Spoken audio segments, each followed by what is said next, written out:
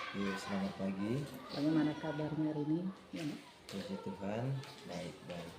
baik Bapak, saya Ibu Yudit, seorang CGT Angkatan 9.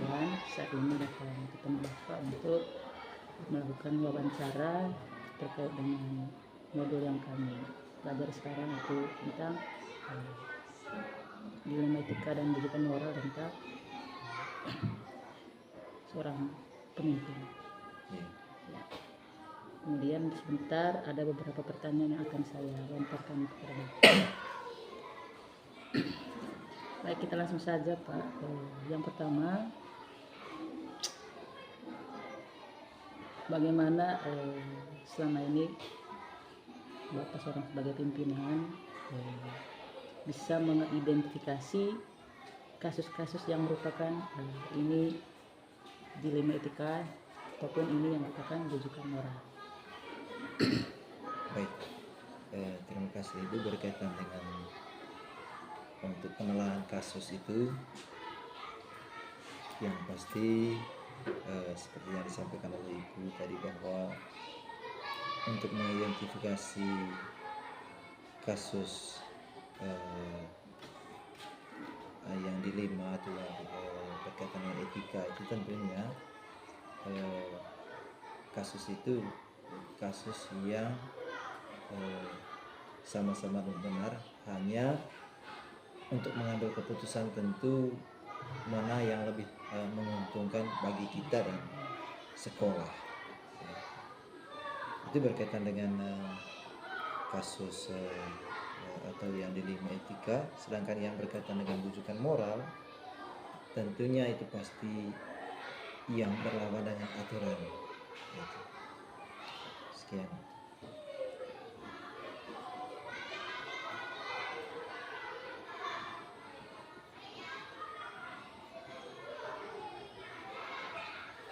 Baik Bapak, terima kasih. Tadi Bapak sudah menjelaskan bahwa untuk bisa membedakan ini putusan yang diambil adalah berkaitan dengan kasus dilema etika. Kalau saya tidak salah tangkap bahwa untuk dilema etika itu sama-sama benar, Iya. tapi dalam mengambil keputusan mana yang menguntungkan bagi sekolah. Kemudian untuk rujukan moral sendiri itu adanya situasi yang berlawanan dengan aturan. Jadi bisa mengatakan bahwa ini rujukan moral. Oke, Bapak, kita beralih ke pertanyaan yang berikut. Selama ini bagaimana Bapak menjalankan pengambilan keputusan di sekolah Anda, terutama untuk kasus-kasus di mana ada dua kepentingan yang sama-sama benar atau sama-sama mengandung nilai kebajikan? Baik, berkaitan ini kasus dilema etika itu ya sama-sama benar. Selama ini dalam pengalaman atau yang saya jalani di lembaga SD Katolik ini, betul bahwa kasus sama-sama benar, dan untuk mengambil keputusan itu melalui rapat dewan guru. Ya, di mana di sana kami akan mempertimbangkan seperti yang saya jelaskan tadi, bahwa untuk mengambil keputusan itu tentu kami melihat dari sisi keuntungannya, ya, sisi keuntungannya mana yang lebih untung bagi peserta didik, pendidik, dan sekolah.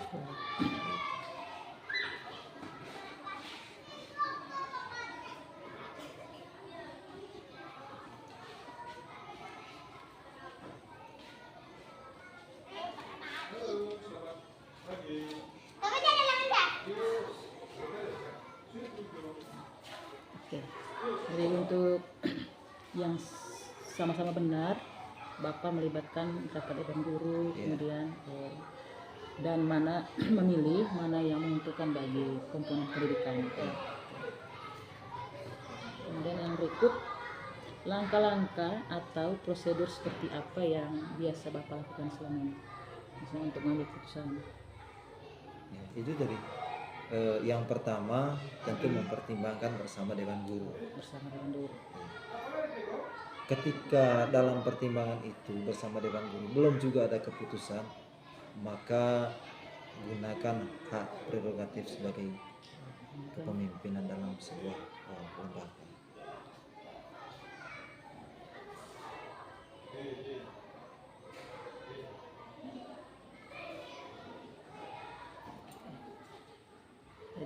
langkah yang dilalui oleh Bapak yang pertama mempertimbangkan keputusan itu bersama Dewan Guru. Iya. Kemudian kalau tidak juga menemukan mufakat berarti bisa menggunakan hak prerogatif sebagai pimpinan satu lembaga. Yang berikut, hal-hal apa saja yang selama ini Bapak anggap efektif dalam pengambilan keputusan pada kasus-kasus dilema etika? Baik. Sambil contoh ya Ben, dalam rapat kenaikan kelas, ya. Dalam rapat kenaikan kelas dalam satu tahun ajaran itu, sebelum kami membagikan hasil rapor pendidikan dari peserta didik, kami akan melaksanakan rapat terlebih dahulu, terutama menerima laporan dari setiap wali kelas, ya. Dan di situ tentu di setiap wali kelas melaporkan bahwa peserta yang berhak untuk naik kelas sekian dan yang tidak naik kelas sekian. Lalu dari situ saya menyampaikan bahwa alasan atau indikator apa sehingga dia tidak bisa naik kelas. Nah, itu. Ketika penjelasan dari teman guru atau wali kelas itu tidak mempertimbangkan misalnya dari usianya, ya, dari usianya, maka di situ saya akan mengambil keputusan. Saya ambil contoh, di sekolah kami ini ada satu siswa yang sebetulnya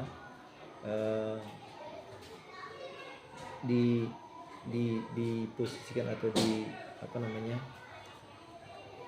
siswa yang menjadi seharusnya dia sekolah di SLB atau inklusif, ya. Kalau saya lihat selama ini setiap semester, setiap tahun pelajaran itu pasti dia mengalami tinggal kelas, ya. Itu tahun pertama di kelas yang sama. Tahun kedua ketika misalnya guru kelas itu atau wali kelas itu mengambil keputusan yang sama untuk tidak naik kelas, maka saya memberikan masukan atau keputusan bahwa ini sudah pasti memang sudah kategori inklusif, tetapi kita coba mengambil keputusan untuk naik kelas, ya.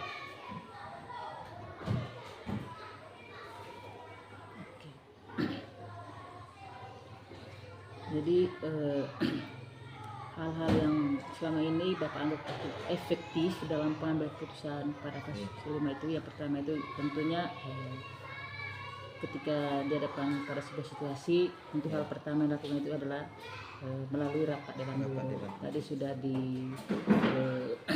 dijelaskan contoh kasusnya tadi itu, misalnya ada anak inklusif, dengan berbagai pertimbangan, ya, dengan berbagai pertimbangan maka anak ini layak untuk naik ke kelas mereka. Okay. Tapi yang efektifnya itu berarti setiap pengambilan putusan itu pasti hal utama yang dilakukan oleh Bapak adalah selalu melalui rapat Dewan Guru. Ya. Okay. Yang berikut, hal apa saja yang selama ini mungkin merupakan tantangan dalam mengambil keputusan pada kasus-kasus dilema etika? Ya, banyak sebetulnya itu ya tantangannya dalam mengambil keputusan dilema etika itu. Ya, saya ambil contoh itu tadi siswa inklusif itu tadi, atau tahun lalu kami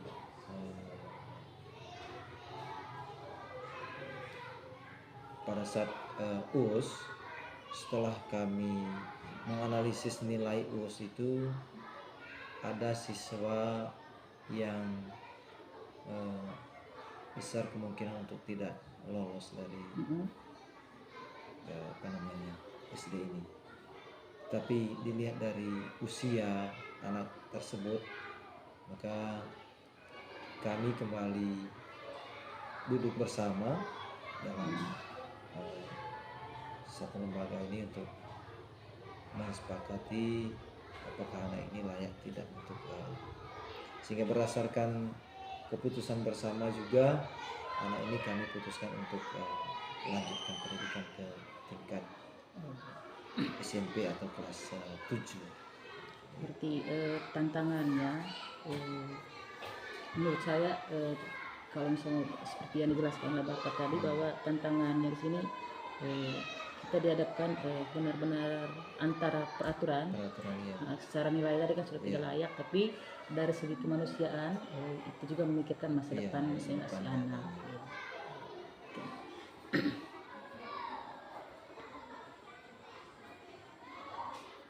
Ya, tantangannya kita mau mendahulukan kemanusiaan dibanding dengan dari segi nilai atau aturan. Kemudian nomor 6, apakah Anda memiliki jadwal tertentu dalam sebuah penyelesaian kasus dilema etika? Apakah Bapak langsung menyelesaikan di tempat atau memiliki sebuah jadwal untuk menyelesaikannya, atau mungkin punya bentuk atau prosedur untuk menyelesaikan? Iya, berkaitan dengan itu tergantung kasusnya. Manakala kasus itu dianggap kasus yang lebih besar, maka untuk menyelesaikan itu dibuat jadwal tertentu. Manakala kasus itu sederhana, kasus itu kami bisa putuskan pada saat itu juga.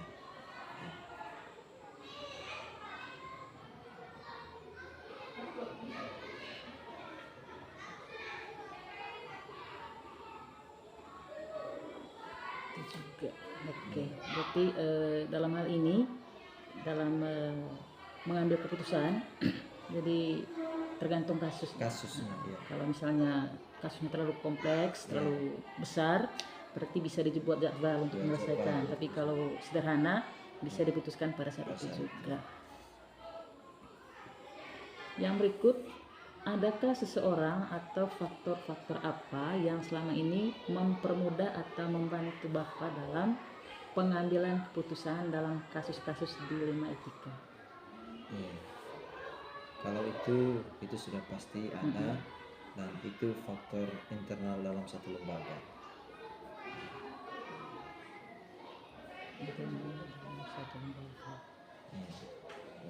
Artinya teman-teman guru.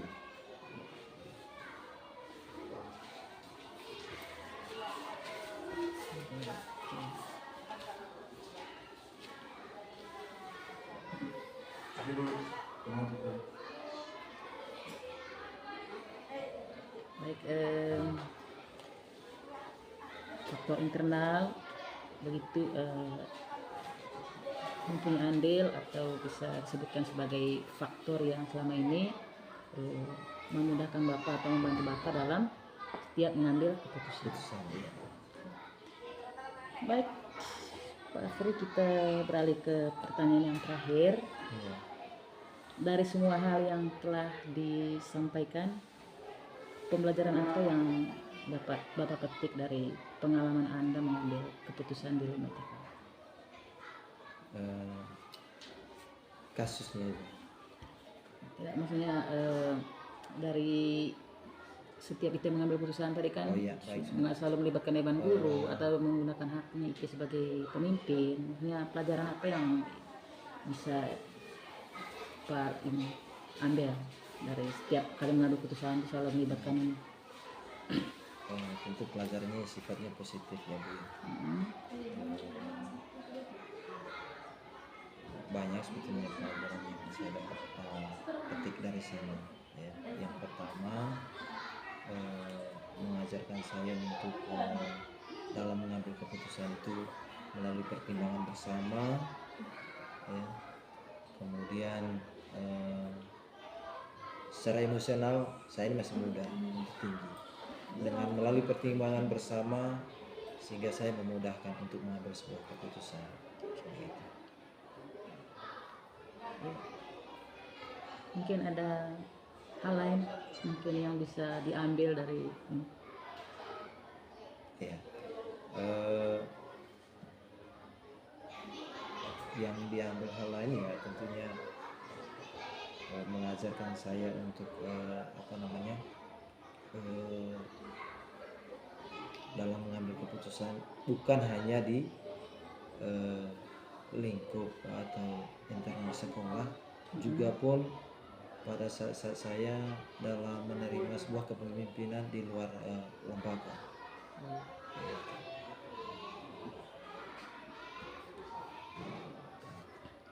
Jadi hal positif yang dapat Bapak ambil dari mengambil putusan terhadap kasus-kasus yang nuansanya dilema etika, bahwa musyawarah bersama itu menjadi hal yang paling utama. Ya, selain itu juga mengajarkan Bapak untuk bahwa ini terjadi tidak hanya di lingkup sekolah, tapi juga di luar lembaga. Baik, Afri, tidak terasa kita sudah hampir di penghujung wawancara ini. Jadi mudah-mudahan juga saya bisa mengambil hikmah dari apa yang saya sudah wawancara dengan Bapak sendiri. Kemudian nanti setelah ini saya bisa juga menerapkannya apa yang positif dari wawancara ini. Kemudian yang kedua, terima kasih banyak Bapak telah meluangkan waktu dan kesempatan untuk bisa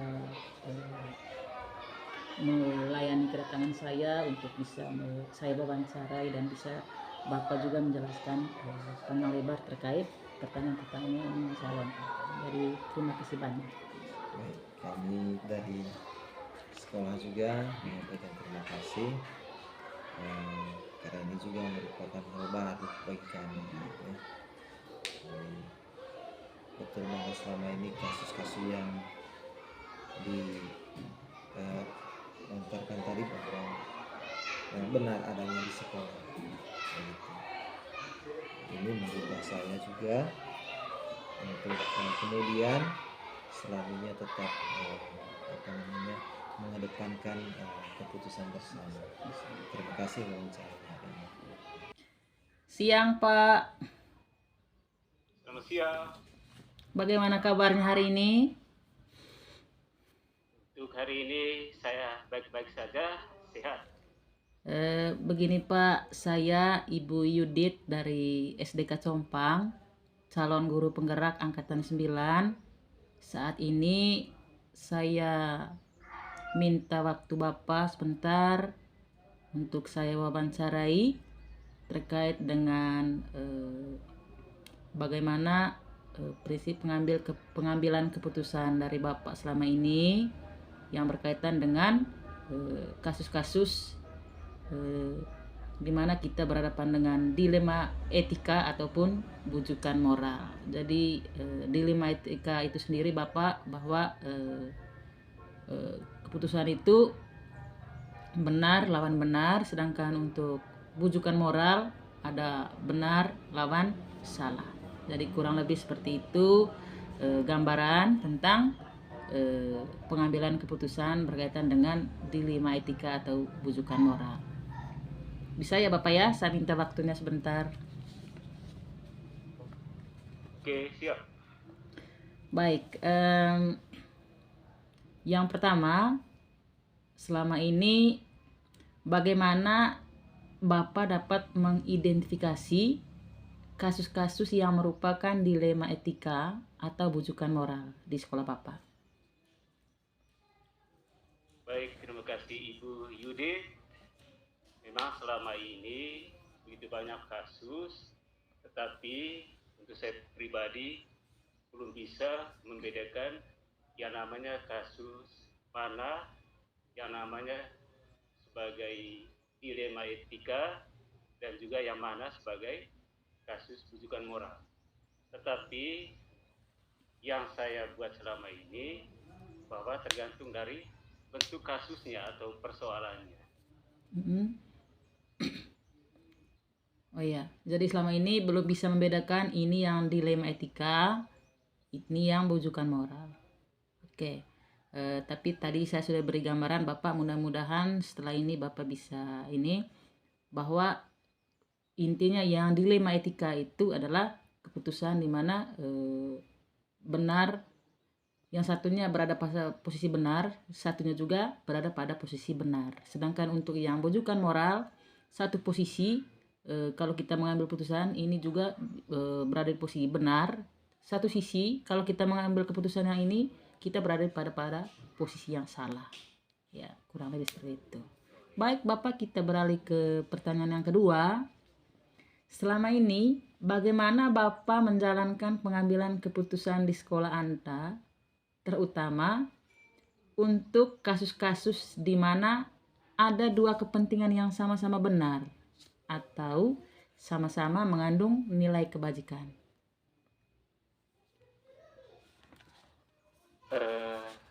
Baik, terima kasih Bu Yudit. Memang selama ini kasus yang sering saya tangani, paling tidak kalau bentuk kasusnya berat, harus melalui diskusi atau musyawarah bersama untuk Bapak dan Ibu Guru.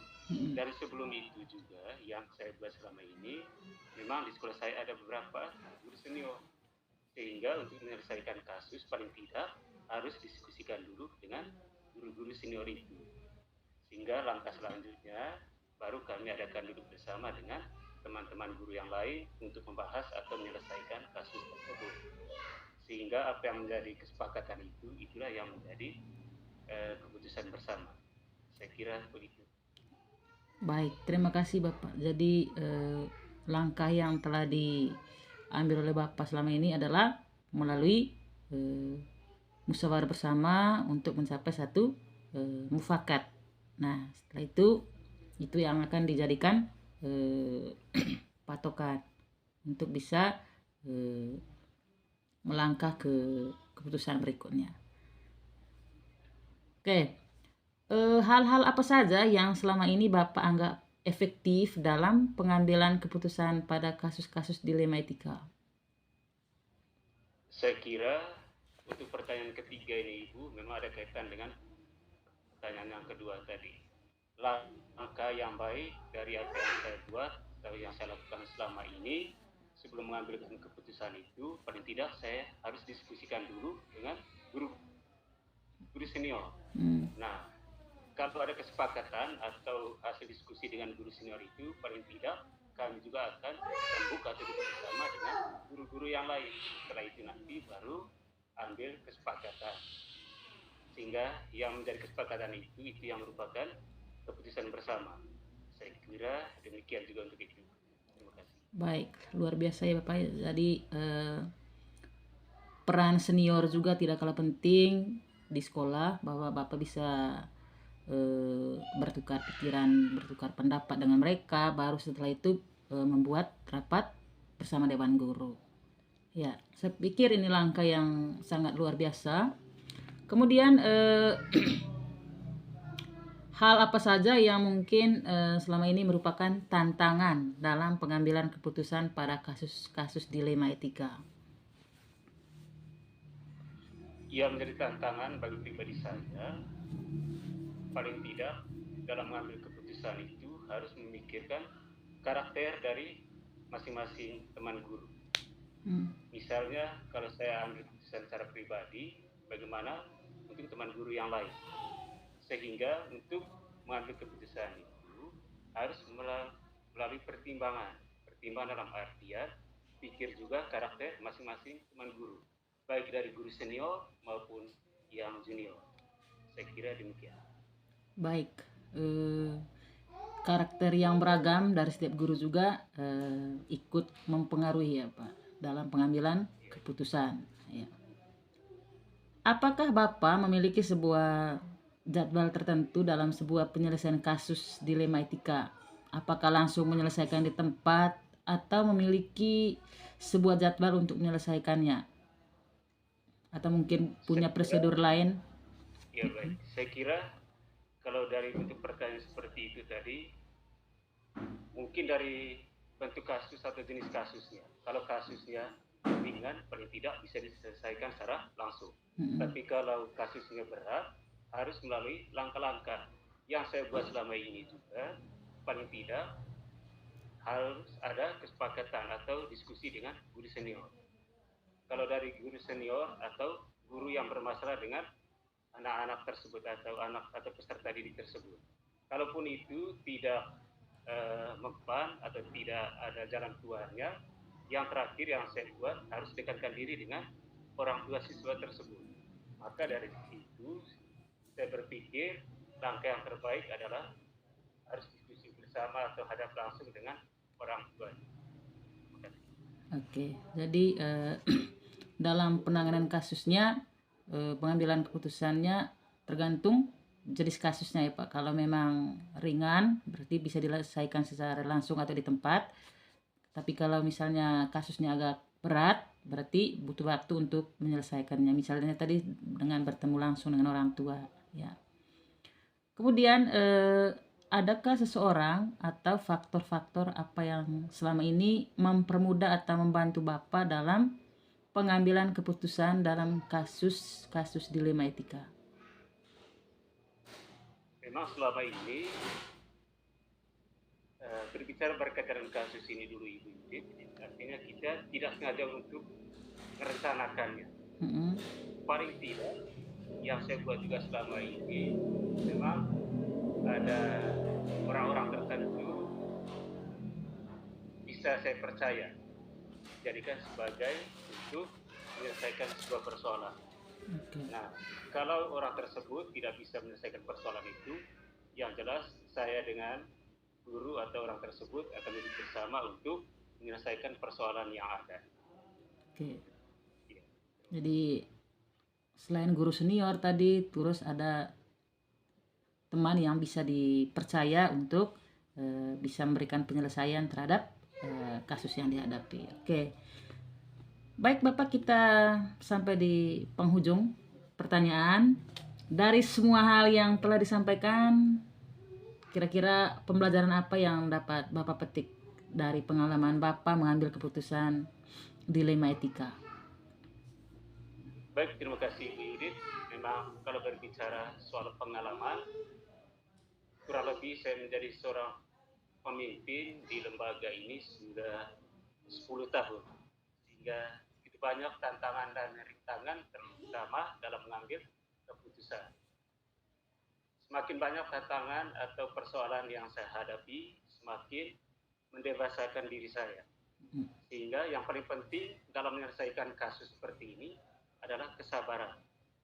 Dan paling tidak kasus yang kita hadapi itu juga kalau kita tangani dengan hati yang lapang atau hati yang dingin, paling tidak bisa menyelesaikan kasus yang besar juga.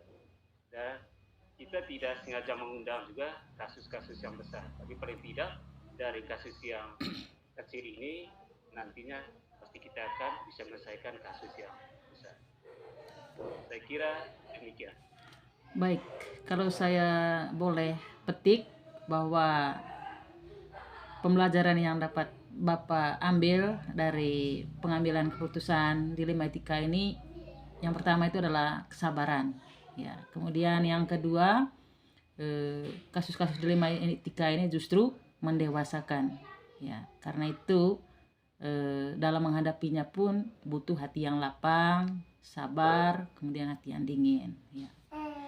Baik, Pak Adol, terima kasih banyak untuk waktunya. Saya ucapkan kepada Bapak, mohon maaf mungkin selama kita melakukan wawancara dengan berbagai pertanyaan tadi mungkin ada verbal yang tidak tidak sesuai. Saya mohon maaf dan mohon maaf juga sudah menyita waktu Bapak. Terima kasih banyak ya Pak. Yuk, terima kasih sama-sama. Yuk. Baik, selamat pagi Bu. Selamat pagi. Jadi yang pertama saya mengucapkan terima kasih atas kesediaan Ibu, minta waktunya Ibu sebentar untuk saya wawancarai terkait dengan tugas saya sebagai seorang calon guru penggerak angkatan 9. Kemudian mohon maaf mungkin saya meminta waktu dari Ibu sebentar. Ya. Baik Ibu, ini ada beberapa pertanyaan yang saya akan gunakan sebentar untuk mewawancarai Ibu terkait dengan bagaimana pengambilan keputusan yang dijalankan oleh Ibu selama ini sebagai seorang pimpinan di lembaga SDK Compang ini. Ya, jadi Ibu kebetulan yang ditanyakan di sini sebentar berkaitan dengan dilema etika dan bujukan moral. Jadi sebelum saya melakukan wawancara, saya ingin memberikan gambaran sedikit tentang dilema etika ini dan bujukan moral. Untuk dilema etika, di mana kita mengambil keputusan itu dihadapkan pada dua pilihan, dan dua pilihan ini sama-sama benar.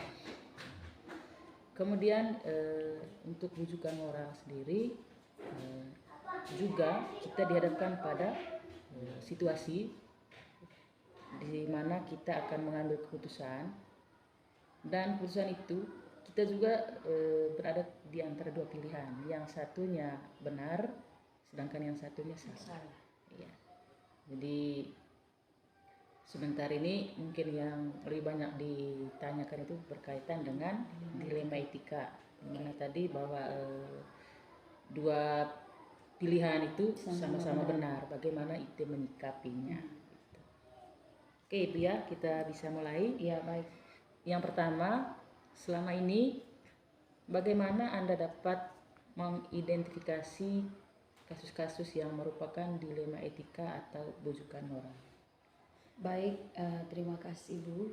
Dari pengalaman saya selama ini, tentu yang pertama itu saya melihat dulu dari segi persoalannya saja. Jika memang masalah itu sangat membingungkan saya, maka saya kategorikan itu sebagai dilema etika.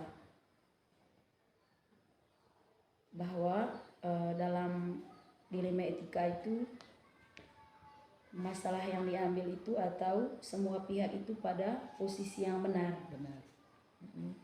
Sedangkan jika unsur kasusnya itu merupakan atau digolongkan sebagai bujukan moral, maka di sini saya bisa mengambil keputusan ada yang benar dan juga ada yang salah. Kira-kira seperti itu, Bu. Baik, sedikit saya tangkap bahwa untuk dilema etika menurut Ibu ketika saat Ibu sedang bingung menentukan mau pilih yang mana, tetapi yang jelas dua pilihan itu benar dan benar. Oke. Sedangkan bujukan moral menurut Ibu tadi ada unsur benar dalam pilihan itu, ada unsur salahnya. Oke. Yang berikut, selama ini bagaimana Ibu menjalankan pengambilan keputusan di sekolah Ibu, terutama untuk kasus-kasus di mana ada dua kepentingan yang sama-sama benar atau sama-sama mengandung nilai kebajikan. Baik, terima kasih Bu. Jadi dalam mengambil keputusan selama ini, yang pertama itu saya selalu mempertimbangkan melalui musyawarah bersama. Dalam hal ini musyawarah bersama guru-guru senior yang ada di sekolah saya, sehingga masalah dilema etika yang terjadi itu dapat terselesai dengan suasana yang aman, lancar, baik, tanpa ada pihak yang dirugikan. Terima kasih.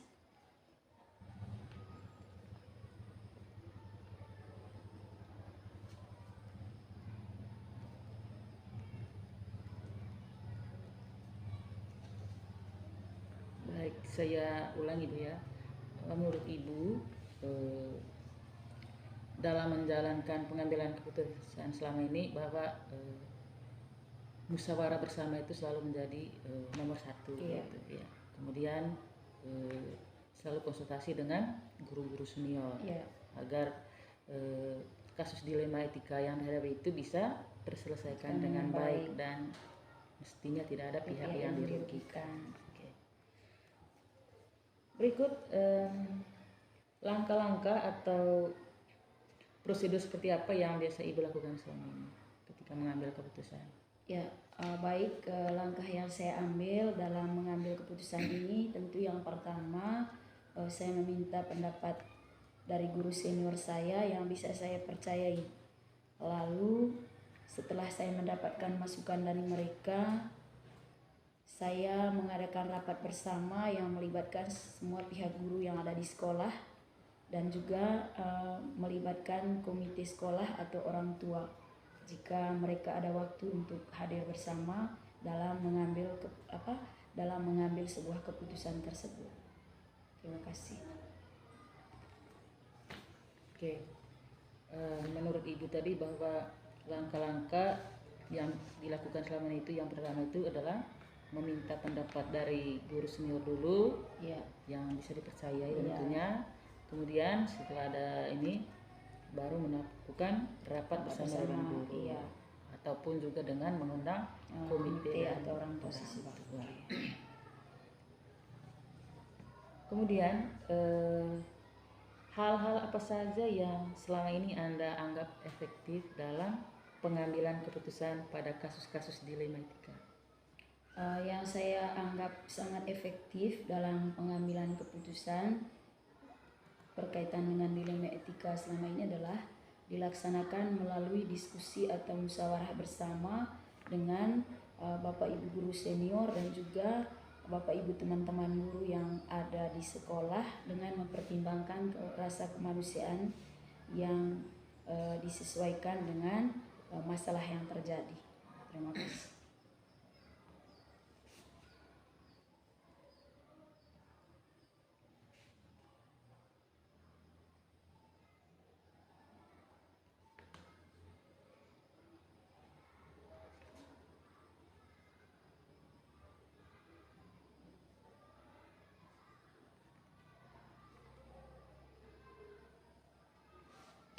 Baik, menurut Ibu tadi bahwa hal yang efektif ketika dalam mengambil keputusan ini berkaitan dengan dilema etika, bahwa pengambilan keputusan itu dilaksanakan melalui diskusi, Iya. kemudian musyawarah bersama guru senior tentunya, dan juga dewan guru. Ya, Tentu dilandasi dengan rasa kemanusiaan. kemanusiaan, ya. Iya. Dan yang paling penting juga adalah pengambilan keputusan itu disesuaikan dengan apa tadi, masalah masalah yang terjadi. Oke. Yang berikut tadi sudah kita bicara tentang hal yang efektif. Sekarang mungkin dalam perjalanan selama ini dalam pengambilan keputusan mungkin ada tantangan yang Ibu hadapi dalam ini ketika mengambil keputusan yang berkaitan dengan dilema etika. Baik Bu, hal yang menjadi tantangan saya selama ini adalah konflik batin dalam diri pribadi saya apabila saya memutuskan sesuatu itu secara pribadi, sehingga dalam hal ini saya selalu menghadirkan orang lain untuk membantu saya dalam mencari solusi yang efektif. Paling tidak keputusan yang saya ambil itu berdasarkan hasil keputusan bersama, seperti itu.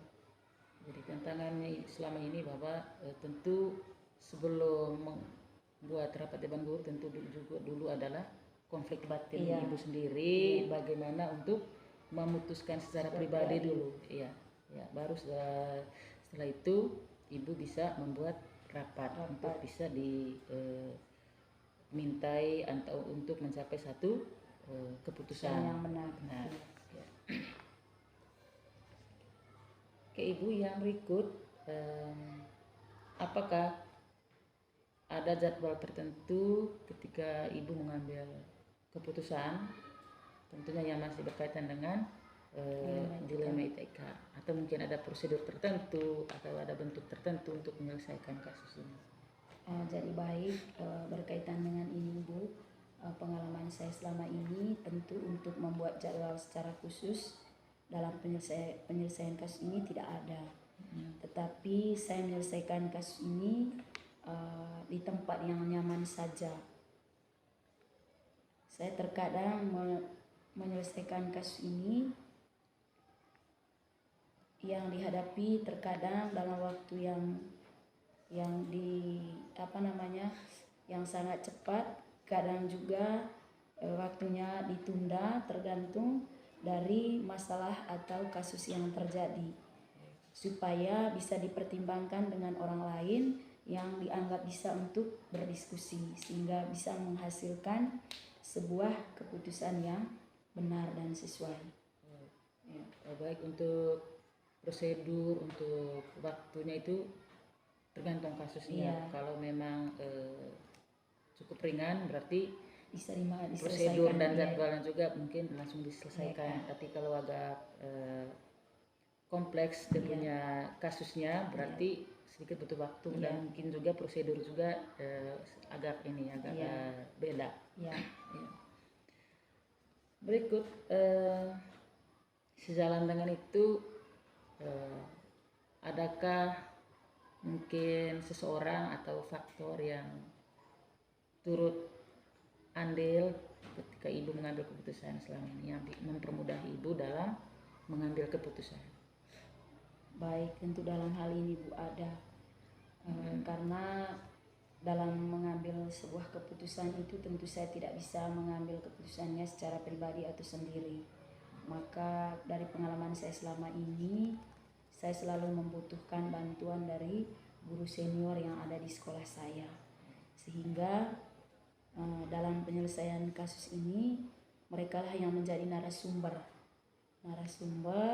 terutama dalam mengambil keputusan berkaitan dengan masalah dilema etika, sehingga dapat mempermudah dan membantu saya dan juga rekan guru di sekolah, sehingga kami selalu mendapatkan keputusan di sekolah itu dengan baik dan benar, tidak merugikan siapapun. Jadi peran guru senior juga sangat penting Iya. di lembaga ini. Iya. Oke Ibu, kita sampai ke pertanyaan yang terakhir. Dari semua yang telah Ibu sampaikan, telah kita perbincangkan bersama tadi, kira-kira pembelajaran apa yang bisa Ibu ambil dari pengalaman Ibu selama Ibu mengambil keputusan dilema etika selama ini? Baik, pembelajaran yang saya dapatkan dari pengambilan keputusan kasus dilema etikanya adalah bahwa sangat sulit untuk memberikan sebuah keputusan dalam kasus dilema etika ini, sehingga disinilah kesabaran sebagai seorang pemimpin itu diuji. Untuk menjadi seorang pemimpin yang bijaksana, sedangkan untuk rujukan yang moral itu sangat mudah untuk bisa menyelesaikannya, karena di sini kita bisa melihat mana yang benar dan mana yang salah. Kira-kira seperti itu. Terima kasih. Oh ya, berarti untuk dilema etika itu Membutuhkan bentuk kesabaran, ya, tentunya bijaksanaan.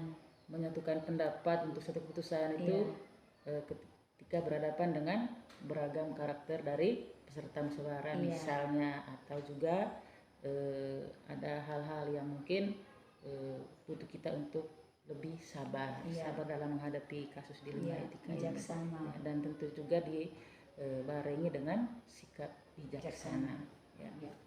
Sedangkan untuk rujukan moral tadi dengan mudahnya kita bisa kalau melihat salah memang salah. seperti jangan diambil, sedangkan kita harus selalu berpatokan pada yang benar. Ya. Oke Ibu, terima kasih banyak. Setelah hampir berapa puluh menit tadi kita berbincang, karena itu sekali lagi saya mengucapkan terima kasih kepada Ibu telah meluangkan waktu dan kesempatannya untuk berbagi, kemudian untuk saya wawancarai. Dan mohon maaf mungkin selama saya melakukan wawancara ini ada verbal atau mungkin tingkah yang tidak berkenan, itu mohon dimaafkan. Baik, saya juga menyampaikan terima kasih kepada Ibu yang sudah memberikan pengalaman baik atau praktik baiknya kepada saya, sehingga saya sekarang bisa mengetahui persoalan-persoalan yang ada di sekolah, yaitu ada namanya dilema etika dan ada juga yang namanya rujukan moral, sehingga mungkin ke depan ketika ada masalah yang terjadi, saya bisa mengidentifikasi atau melihat kasus ini tergolong dilema etika atau rujukan moral, sehingga langkah-langkah yang diambil adalah sesuai dengan yang sudah kita bicarakan saat ini tadi. Jadi saya juga mohon maaf mungkin ada hal-hal yang kurang berkenan. Terima kasih banyak.